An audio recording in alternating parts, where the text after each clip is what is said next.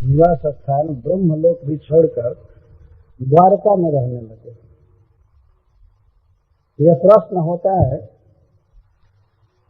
कि द्वारका में क्या दक्ष का शाप उन्हें बाधित नहीं कर रहा था? दक्ष प्रजापति ने किया था नारद जी को कि तुम बहुत देर तक कहीं नहीं रुक सकते हो। बहुत देर तक प्रीचिंग करने पर तब कोई किसी को कन्विंस करता था। तो दक्ष प्रजापति के पुत्र जब विरक्त हो गए नारद जी के प्रवचन से, दक्ष प्रजापति ने साफ दिया कि तुम बहुत कम देर कहीं ठहरोगे, जिसे कि सारी बातों को ना बता सको, और तुम गृहस्थ कभी न बन सको, तुम्हें कोई सुख न मिले एक जगह रहने का, वैसे घूमते रहो, भ्रमण करते रहो। यह प्रश्न होता है कि द्वारका में क्या दक्ष प्रजापति का साथ काम नहीं करता था? नहीं। गोविंद भुज गुप्तायाम द्वारवत्याम, द्वारवती गोविंद की भुजाओं से रक्षित। तो वहां पर काल नहीं प्रभाव डाल सकता है, किसी का वचन प्रभाव नहीं डाल सकता है। गोविंद भुज, भगवान की भुजाओं से सुरक्षित द्वारका। ऐसा नहीं समझना चाहिए कि केवल बाहरी शत्रुओं के आक्रमण से ही द्वारका सुरक्षित रहती है। वहां माया का कोई प्रभाव नहीं पड़ सकता, किसी के साथ अभिशाप का कोई असर नहीं हो सकता। क्यों वहां रहते थे नारद जी? अभीक्षण का अर्थ है बारंबार और निरंतर भी। क्यों रहते थे? कृष्णोपासन लालसा, कृष्ण की उपासना की उत्कंठा से। कृष्ण का अर्थ तो सभी समझ ही रहे हैं, परब्रह्म सच्चिदानंद श्री भगवान जो इस पृथ्वी पर अपनी लीला करने के लिए प्रकट हुए हैं। तो उपयासन, उपासन, उप का अर्थ होता है निकट और आसन का होता है बैठना या स्थिति। पश्याम और उत्कंठम जैसे श्री कृष्ण के निकट ही रहने की उनकी बड़ी लालसा। उपासन, उप का अर्थ है निकट और आसन का अर्थ है बैठना या रहना, तो उपासना कहते हैं। तो भगवान के पास ही वो रहना चाहते थे। भगवान कैसे बोलते हैं इसको सुनते थे, कैसे भगवान चलते हैं, क्या क्या लीला करते हैं, भगवान के मुख कमल को निहारते रहना, भगवान को निरंतर देखते रहना, इसकी बड़ी उत्कंठा थी नारद जी। नारद जी विरक्तों में सिरमौर है, पर भगवान को देखने के लिए इतना उत्कंठित थे कि द्वारका में ही भाग कर आ जाते थे।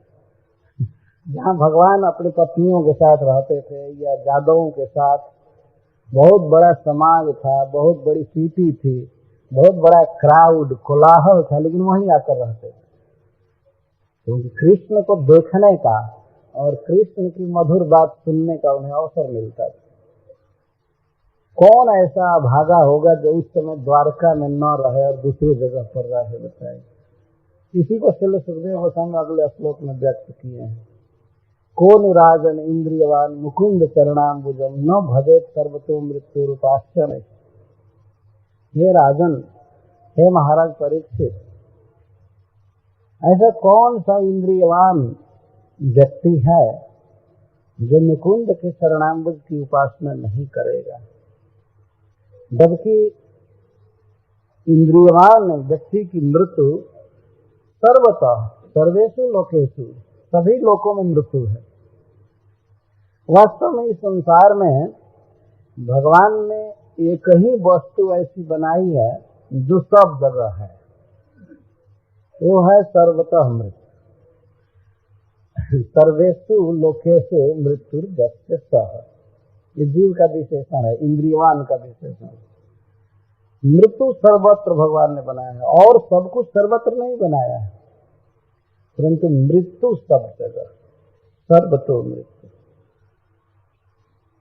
तो यहाँ कृष्णोपासन लालसः और मुकुंद चरणाम्बुजम शब्द बहुत महत्वपूर्ण है। कृष्ण के निकट रहने की लालसा थी नारद जी की। और श्री सुखदेव गोस्वामी कहते कौन ऐसा इंद्रियवान है जो श्री कृष्ण का भजन नहीं करेगा? कौन ऐसा है? जैसे लगता है कि श्री सुखदेव गोस्वामी यही देख रहे हैं कि जितने भी इंद्रियवान जीव हैं वे सब श्री कृष्ण की उपासना में लगे थे। ये महाभागवत की दृष्टि है। कौन नहीं उपासना करेगा, कौन नहीं कृष्ण के यहाँ रहेगा, कृष्ण का भजन करेगा, कृष्ण की पूजा करेगा। श्री श्रीधर स्वामी पाद जी इंद्रियवान शब्द पर लिखते हैं, इंद्रियवत्व में वह जत्राधिकारी विशेषण इत्यर्थ। भगवान कृष्ण के भजन में क्या क्वालिफिकेशन है, क्या योग्यता है? इंद्रिय वाला होना चाहिए। उसके पास आंख, कान, नाक, हाथ, पैर आदि होना चाहिए, वही अधिकारी है। इंद्रियवान करें। कौन ऐसा इंद्रियवान भजन नहीं करेगा? कहीं कहीं यह बात आती है कौन ऐसा विद्वान है जो कृष्ण का भजन नहीं करेगा, तो वहां पर यह अर्थ होता है कि वो विद्वत जन ही अधिकारी है भजन। अगर जो विद्वान नहीं है भजन नहीं कर सकते। लेकिन श्री सुखदेव गोस्वामी कह रहे हैं कौन राजन इंद्रियवान, कौन ऐसा इंद्रियवान है जो कृष्ण का भजन नहीं करेगा, जो मुकुंद का भजन नहीं करेगा। मुकुंद चरणाम्बुजम, यह शब्द श्रीमद् भागवतम में और भी जगह आया हुआ है। प्रहलाद महाराज जब उपदेश करते हैं असुर बालकों को, तो वहां भी मुकुंद पदाम्बुजम, मुकुंद चरणाम्बुजम शब्द का प्रयोग करते हैं। भगवान के अंग परम सुंदर है और उनका मुकुंद नाम है इसलिए कि वे मुक्ति देते हैं।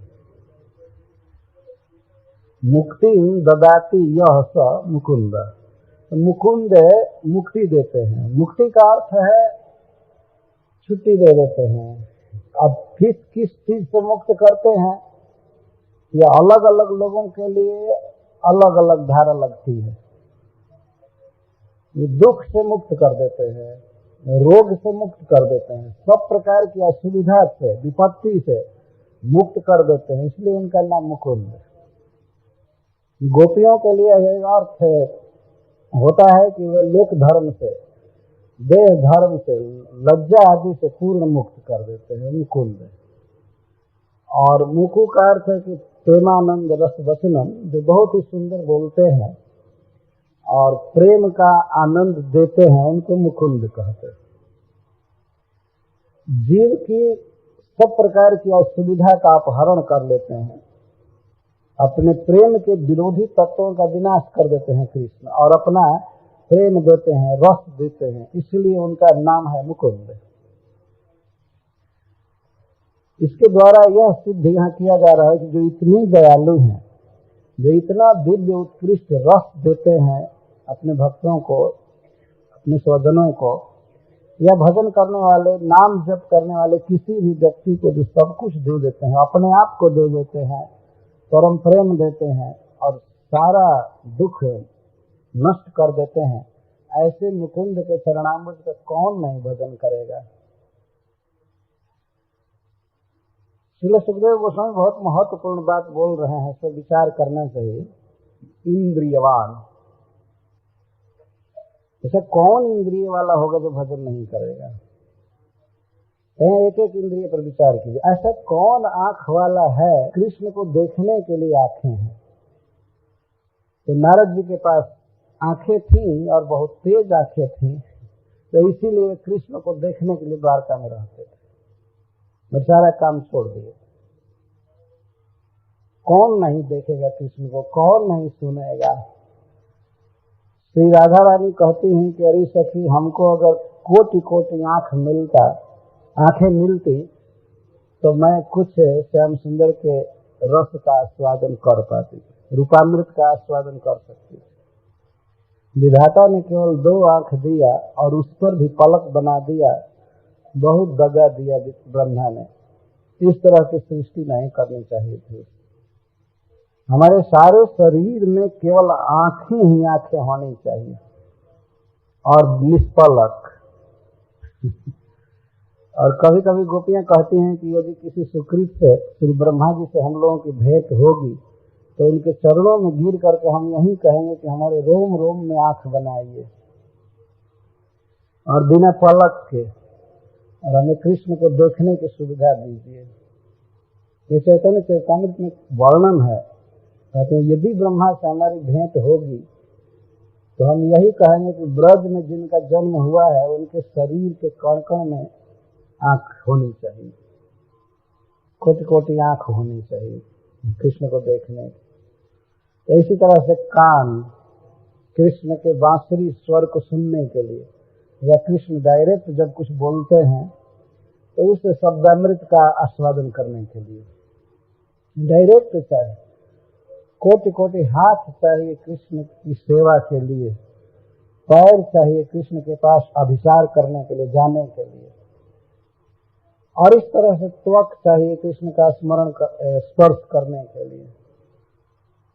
वास्तव में इंद्रियों से ही हम भगवान को समझ सकते हैं, भगवान का अनुभव कर सकते हैं, और इंद्रियों से ही हम संसार का अनुभव कर सकते हैं। परंतु यहाँ पर इंद्रियवान शब्द इस बात को सूचित कर रहा है कि भगवान की कृपा से जिनको इंद्रियां प्राप्त हैं उन्हें चाहिए कि वे इंद्रियों का प्रयोग श्री कृष्ण के अनुभव में करें, श्री कृष्ण के सौंदर्य, सुंदर स्वर, स्पर्श आदि का अनुभव करने में अपनी इंद्रियों का प्रयोग करें। कौन ऐसा इंद्रियवान होगा जो मुकुंद के चरणाम्बुज का भजन नहीं करेगा। श्री नारद जी विकल हो जाते थे, अगर उन्हें थोड़े देर के लिए कहीं दूर जाना पड़ता था ये तुरंत भाग कर द्वारका आ जाते। क्या करने के लिए? द्वारका में कोई ऐसी रूम में बैठ करके सोने के लिए नहीं, या द्वारका में खाने के लिए, आराम करने के लिए।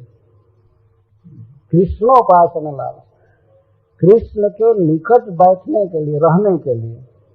भगवान जब भी द्वारका के सड़कों पर जाते थे तो नारद जी साथ साथ चलते थे, कहीं इधर उधर धर्म सभा में बैठते थे तो नारद जी बैठते। यहाँ तक कि भगवान अपनी पत्नियों के साथ विशेष प्रकार के गृहस्थोचित कर्म करते थे तो नारद जी उसका भी दर्शन किए करते।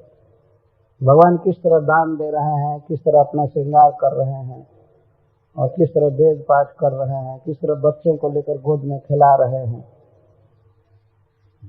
यह सब भी नारद जी ने देखा है। श्रीमद् भागवत दशम स्कंद के एक अध्याय में इसका विस्तार से वर्णन किया गया है।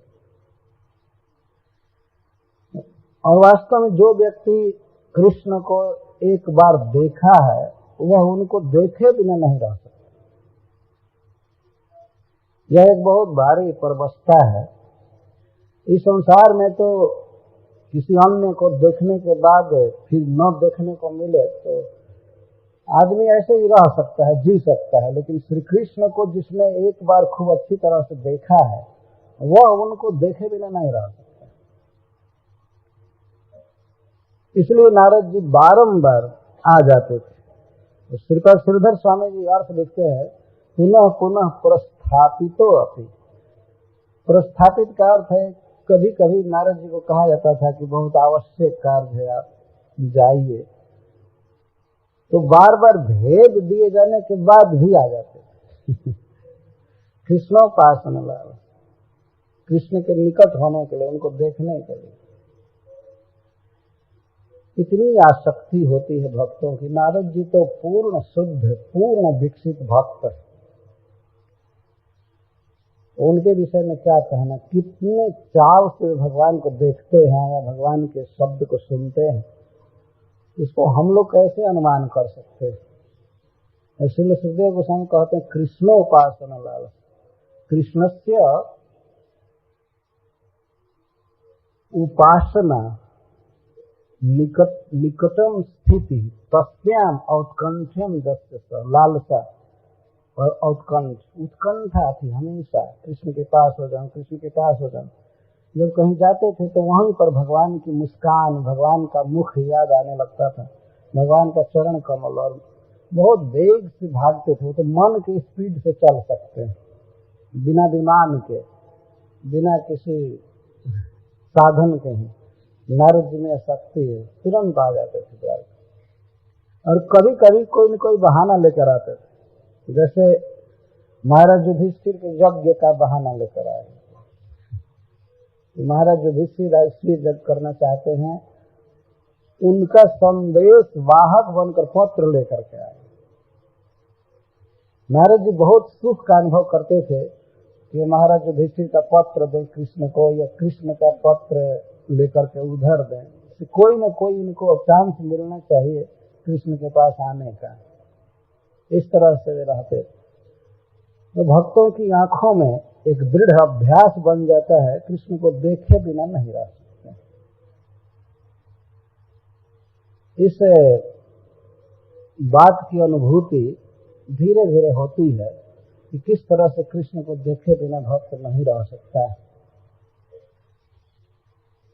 श्री सूरदास जी ने गाया है अपने पद में, जब उद्धव जी गोपियों से कहते हैं कि श्री कृष्ण सर्वत्र हैं, हृदय में भी हैं, और आप इस विषम स्थिति में कृष्ण का चिंतन कीजिए,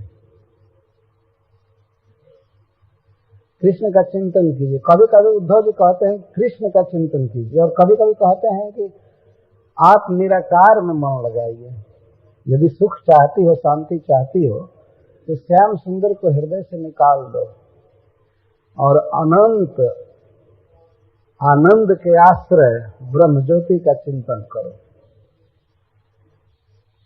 या जब उद्धव जी कहते हैं कि आप कृष्ण का चिंतन करो मन में, और यह आशा छोड़ दो कि श्याम सुंदर ब्रज में आएंगे, तो गोपियां कहते हैं कि उद्धव जी, हम मन में कृष्ण का चिंतन कर सकती हैं, आज भी हमारे मन में श्री कृष्ण उदित हैं। कैसे वे रास विहार किए, कैसे पनघट पर रोकते थे, कैसे फूल चयन करके उसमें रोकते थे, या गिरिराज जी की घाटी में कैसे दान लेने के लिए हम लोगों से वे छेड़खानी करते थे, वो सारी लीलाएं ज्यों की त्यों मन में उदित। परंतु हमें सबसे बड़ा दुख ये है कि हमारे नेत्र तरस रहे हैं। मन तो देख रहा है कृष्ण को, मन से हम चिंतन कर सकते हैं, लेकिन हम आंख को कैसे समझाएं? यह बताइए, हम आंखों को कैसे सांत्वना दें? ये तो चिंतन से संतुष्ट नहीं हो सकती हैं। भीतर जो मन की आंख है वो संतुष्ट होती है, लेकिन शरीर में जो ब्रह्मा ने आंख बनाया है, ये आंखें तो तड़प रही हैं।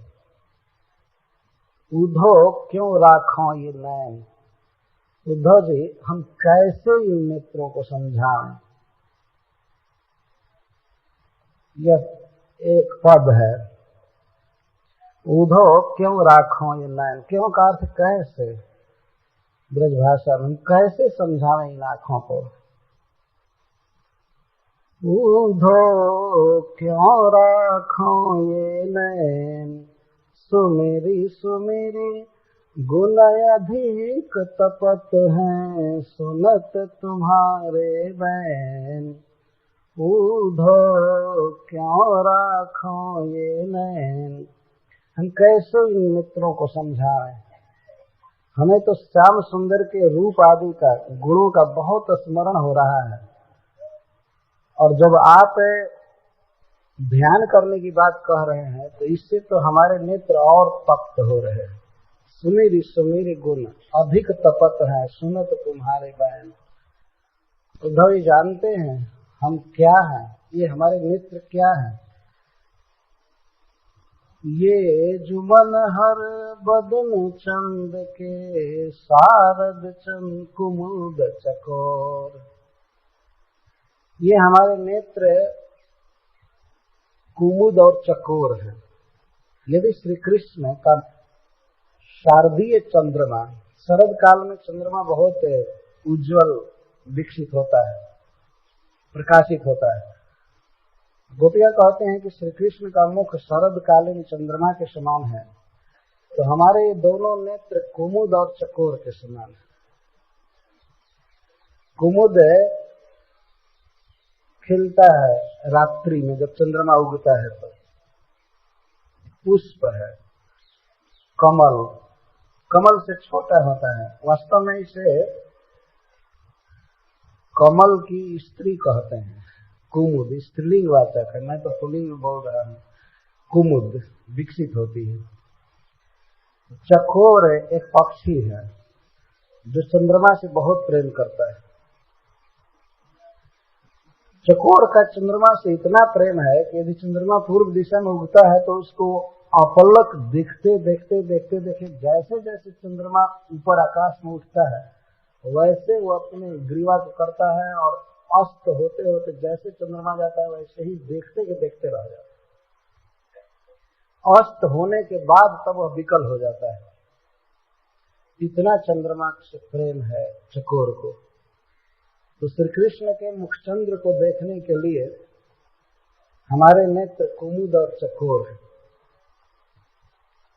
परम त्रिशातुर श्याम मेघ घन तन के चातक मोर।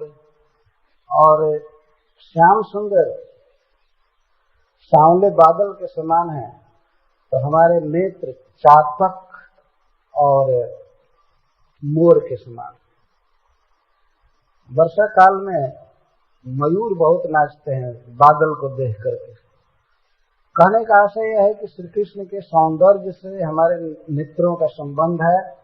श्री कृष्ण के मुखचंद्र को देखने के लिए हमारे नेत्र चकोर हैं, और तभी आनंदित हो सकते हैं जब श्री कृष्ण को हम लोग देखें। जैसे कुमुद, कुमुद सूर्य के उगने पर विकसित नहीं होती, चंद्रमा जब उगता है तब विकसित होती है।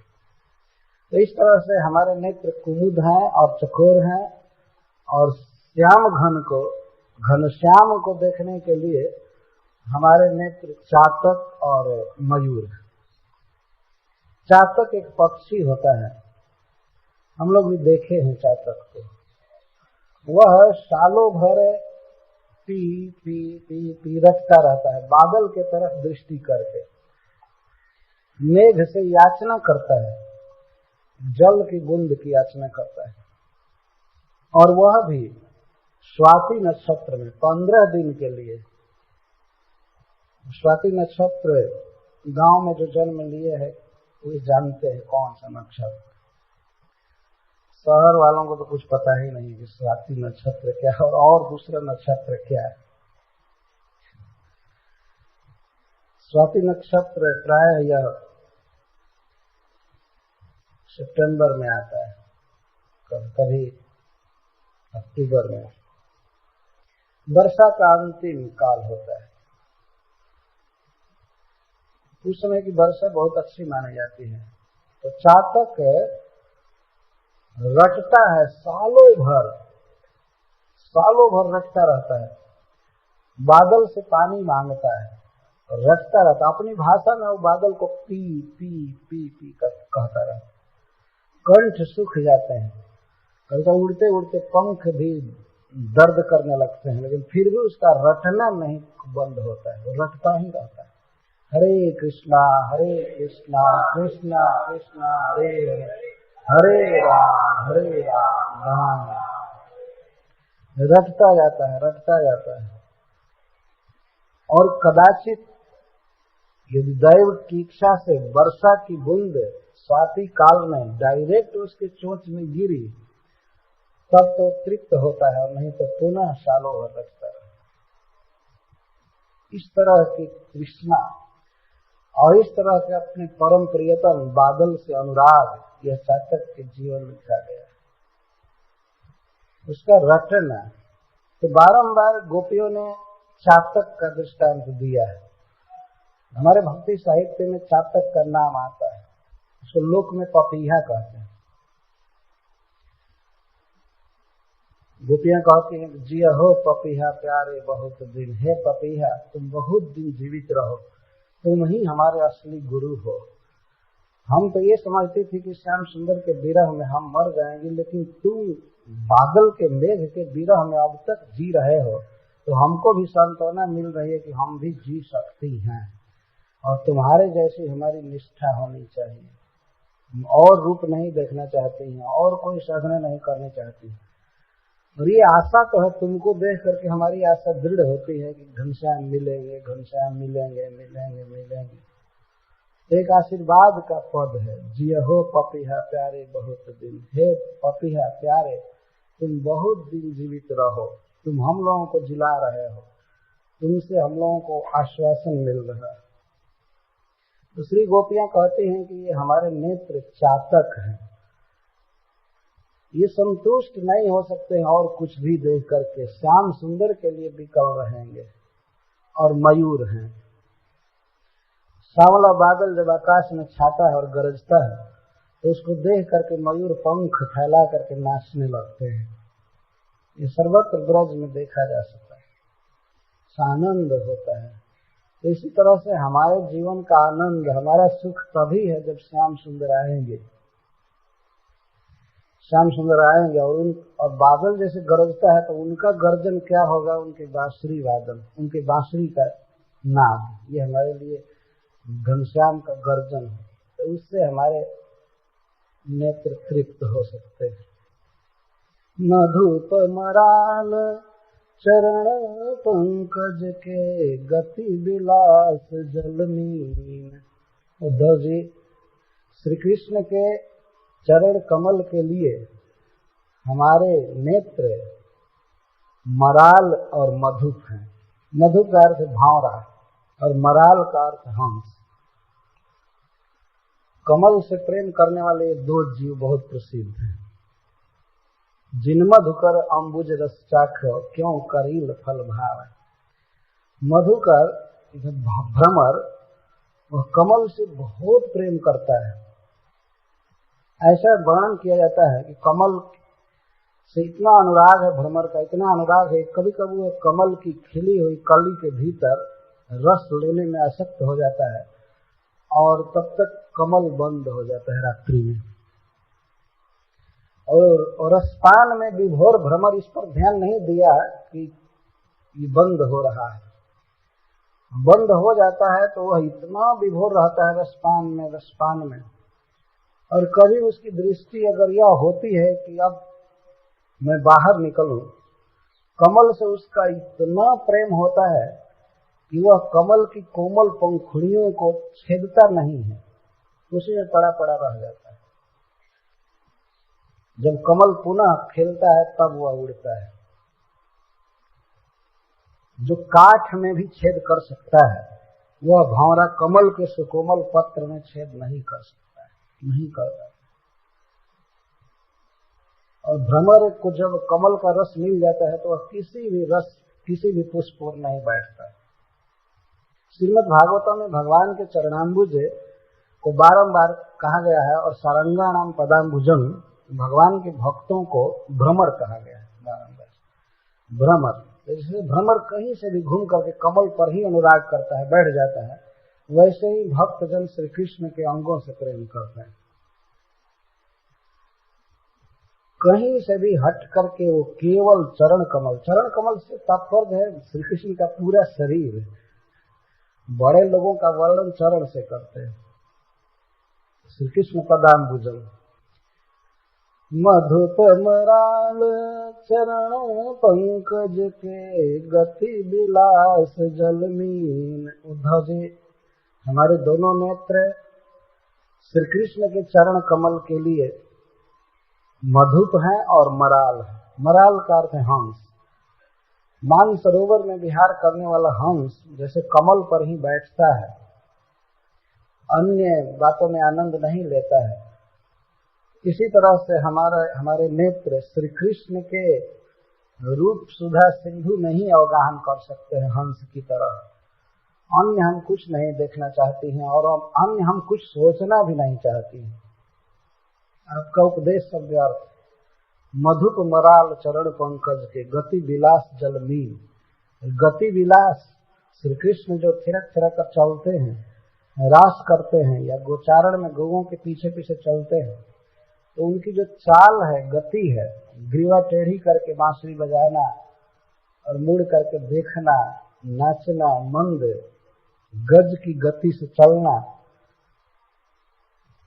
यह जल के समान है और इस गति को देखने के लिए हमारे नेत्र मीन की तरह, जैसे मछली जल में ही जीवित रह सकती है, बाहर नहीं, वैसे ही हम श्री कृष्ण की चाल देख करके ही जीवित रह सकती हैं।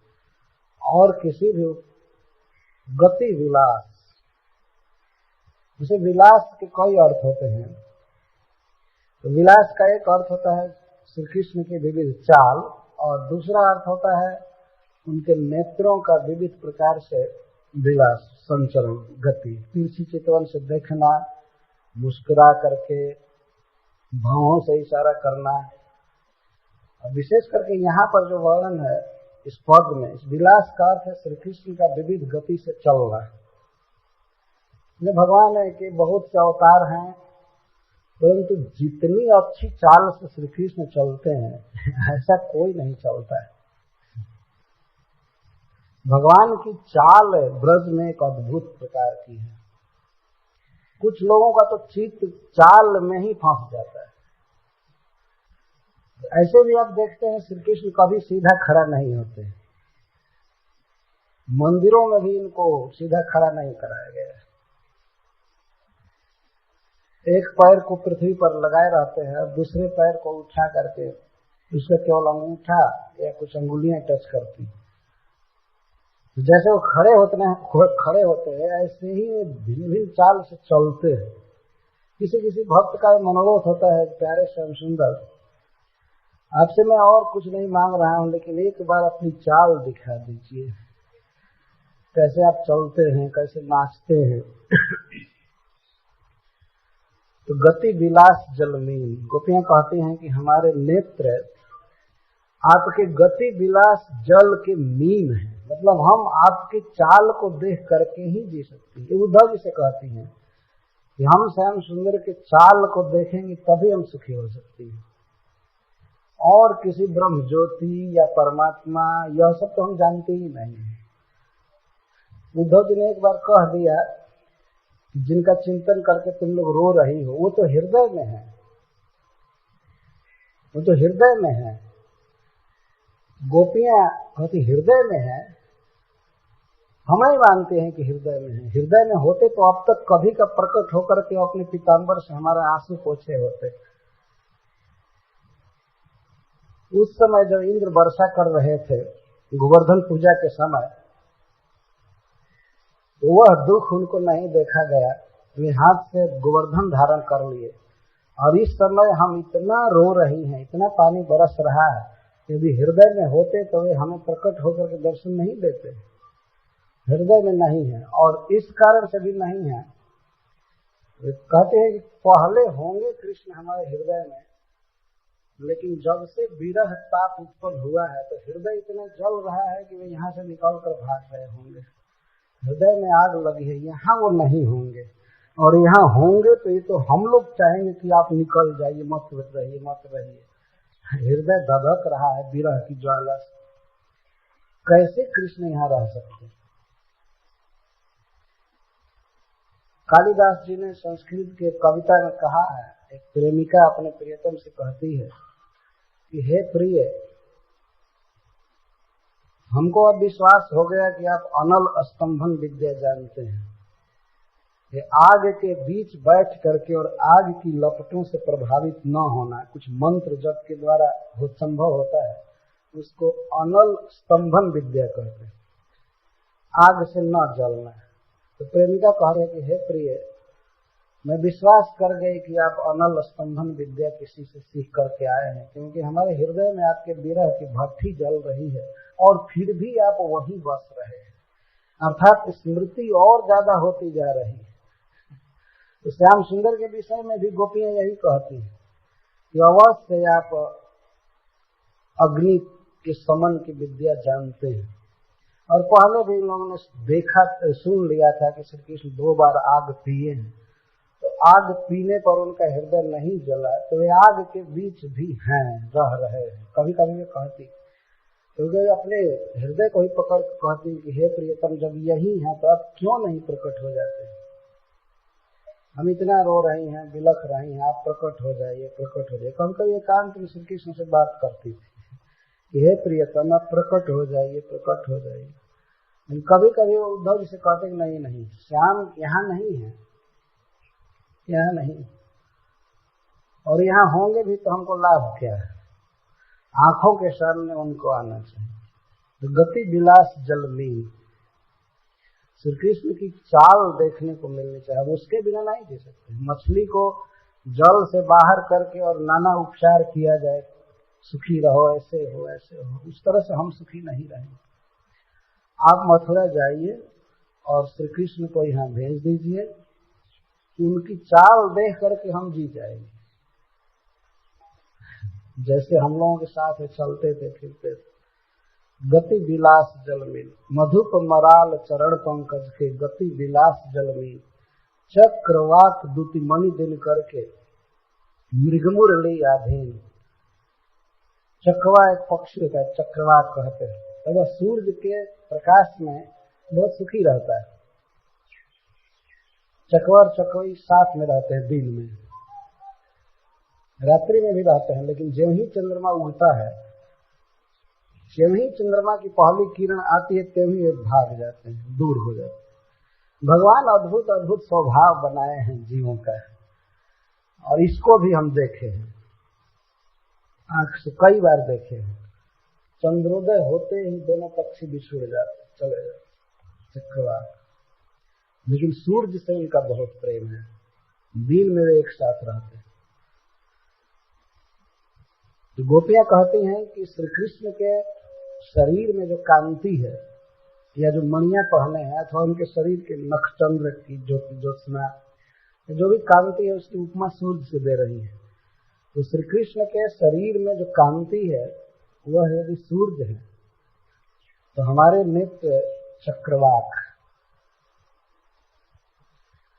चक्रवाक पक्षी हैं। इस तरह से हमारा प्रेम है। और मृगमुरली आधीन, और श्री कृष्ण का गान सुनने के लिए उस तरह से जैसे कोई मृग किसी गान के अधीन होता है, व्याध पकड़ लेता है अपने फुर्तीले मृग को, गीत से बस में कर लेता है। मृग मुरली आधीन। हमारे नेत्र, यहाँ नेत्र से उपलक्षण कान से भी है। हमारे कान श्री कृष्ण के बांसुरी नाद को सुनने के लिए मृग है।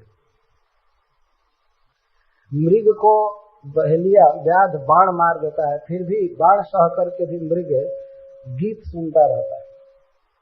गोपियां कहते हैं कि हम जानते हैं कि हमारे हृदय पर बहुत बड़ा बाण लगा है, पति की भर्त्सना, सास ससुर की भर्त्सना, लोक लज्जा आदि बहुत उपहास हमारा हुआ है लोक में, बहुत तरह से हम सही हैं, यह बाण से कम नहीं है, लेकिन फिर भी हम कृष्ण के मुरली गीत को नहीं छोड़ सकते।